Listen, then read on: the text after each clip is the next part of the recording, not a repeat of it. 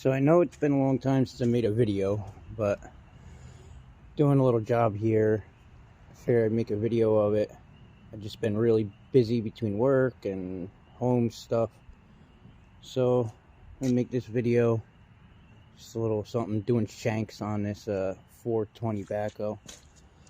They're not the cat shanks. Some cheap Chinese shanks. They're John Deere case style tooth. Just cheaper to get, and that's what the guy ended up getting for the job. So just do a little video of me doing these shanks, cutting these old ones off. I don't have my straight torch anymore, so it makes it a little tricky using this gouger. Try to get a decent view of this. And that's my other reason why I haven't really made videos, is not really having a tripod.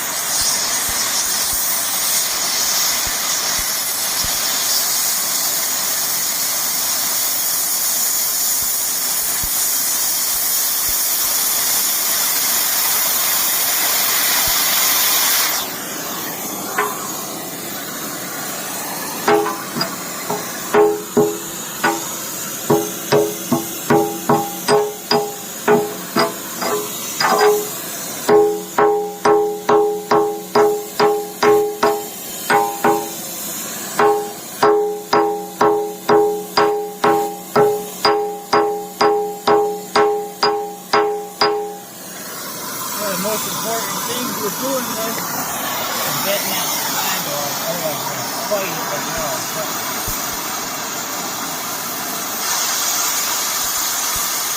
You have flag on the back side of that cut.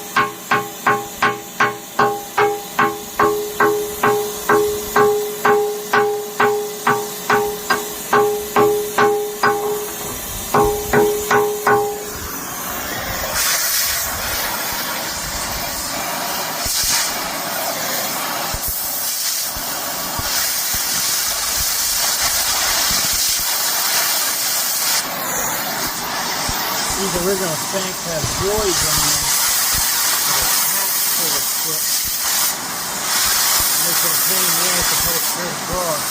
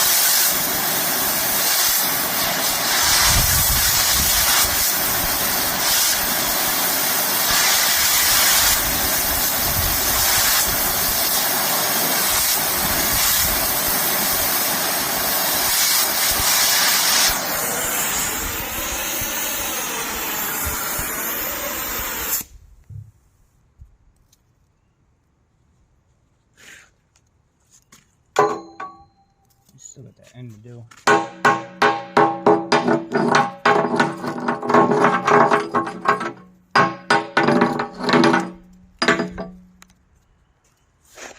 now it's starting to rain. Wait, anyway. So it looks like shit right now. I did cut in a little bit in a couple spots, but still gotta put that end one off. Oh, I need my light.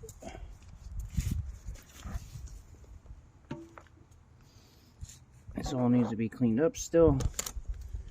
Just to show, I know a lot of guys that watch my videos are heavy equipment mechanics, so they know exactly what this is, but the gouging tip is supposed to go on a straight torch that I no longer have. I don't know where it is. It's been missing for a while. So normally this tip would be coming out straight. You have this angle where you can lay it flat and be able to easily do stuff like this. I also have a air arc, a carbon arc, but my machine, I don't like to put a lot of wear and tear on it. It's only a 225, so I have to use a really small rod, and when you're using it, it is a dead short, so it just puts a lot of wear and tear on the machine. So for the guys that don't know what that is, that's this, which is made for just cutting off welds. Basically like, you know, stick welder, but you get air that goes in here, and I just you hook up your electrode here, your clamp for your electrode there, and then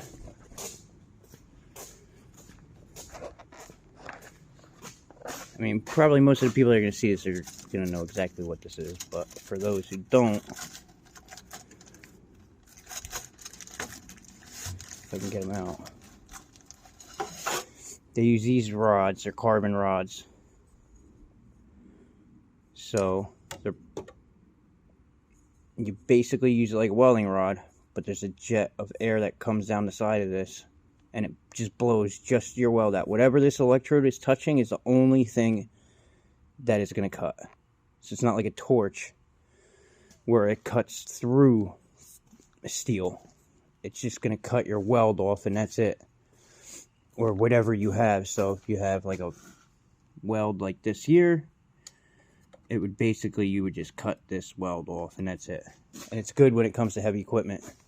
Oh, there's actually another set of teeth that got to go on a 300, which are, if anybody knows where to get these from that are not through Komatsu, because supposedly Komatsu has a patent on this, and nobody makes this tooth except for Komatsu. That's my problem with these. They're really expensive. They're like $260 or $280 a piece, not including the locks. So if anyone knows where to get these, I wish. I'm pretty sure this is a style of tooth. It's a K30 tooth. Yes. I don't know where else to get them. I tried finding them, and online, the ones that I did find were more than Komatsu. They were like $350 a piece. And here's the other thing that I wanted to bring up. This gun, I'm going to make a review on. The Snap-on 14-4.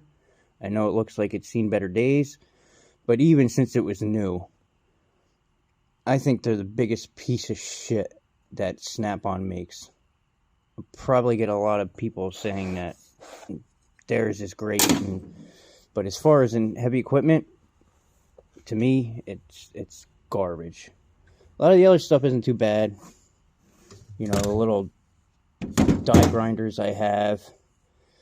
The ratchet's okay. I have my Milwaukee M18, which I love that. I just have a mixed match of battery operated DeWalt. But I need to tear this thing down and just clean it. See if it needs any parts or anything, and just go through the whole thing. It still works, but it's just, to me, it just has no power at all. And as far as I remember from pretty much when it was new, that thing struggled to take off, I don't know, 3/8 bolts that weren't crazy tight. So I'm going to upload this. Today is Tuesday. I'm going to upload this probably on Saturday or Sunday. And I guess that's where I'm at. Maybe I'll finish recording that bucket. I don't know yet. Doing the rest of it. Thanks for watching.